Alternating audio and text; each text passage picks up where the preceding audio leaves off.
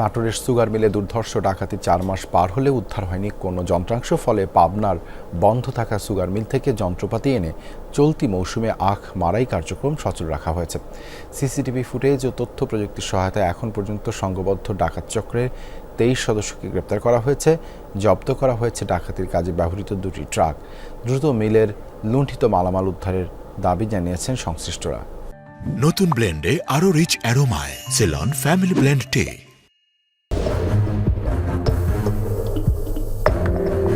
3 August 2025 গভীর রাতে Natore sugar মিলের নিরাপত্তা প্রহরীদের বেঁধে ভেতরে প্রবেশ করে সংঘবদ্ধ ডাকাত দল। এরপর 3 ঘন্টায় মিলের 90,40,000 টাকার মালামাল লুটে নেয় ডাকাতরা।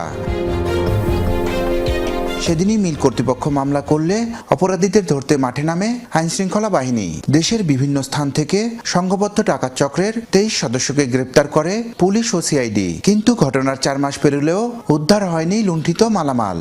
ডাকাতদের ধরা হয়েছে ঠিকই, কিন্তু আমাদের মেলটের যে যন্ত্রপাতিগুলো আছে এগুলো আমরা এখনো বুঝে পাইনি। আমরা নাটোরবাসী হিসেবে চাই যে সুগার মিলের যে মালামালগুলো ডাকাতি হয়েছিল সেই মালামালগুলো দ্রুত উদ্ধার করা হোক। দ্রুত গতিতে আমাদের এই মালগুলো আমাদের মেলে পৌঁছানোর জন্য আমি উদাত্ত আহ্বান জানাই। বর্তমানে পাবনার বন্ধ থাকা সুগার মিল থেকে প্রয়োজনীয় যন্ত্রপাতি এনে শুরু হয়েছে 2025-26-এর আখমারাই মৌসুম। দ্রুত সময়ের মধ্যে নাটোর সুগার মিলের মালামাল উদ্ধারের দাবি কর্তৃপক্ষের। পাবনা সুগার মিল বন্ধ মিল থেকে আমরা 7টি বিয়ারিং সংগ্রহ করি এবং 3টি বিয়ারিং আমাদের নিজস্ব প্রতিষ্ঠান ক্রেনিক যজ্ঞেশ্বর থেকে নিয়ে এসে আমরা মিল রেডি করি।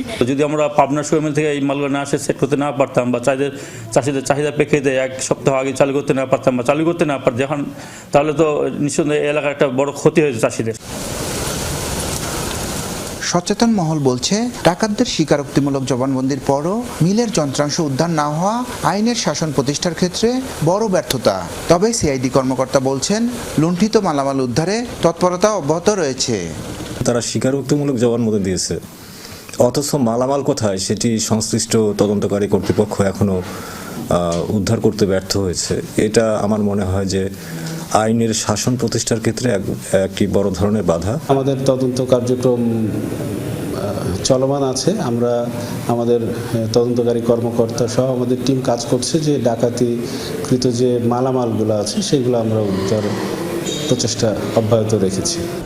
উত্তরাঞ্চলের অন্যতম ভারী শিল্প হিসাবে পরিচিত নাটোর সুগার মিল 1982 সালে শহরের লেঙ্গুরিয়া এলাকায় 73 একর জমির উপর মিলটি গড়ে ওঠে।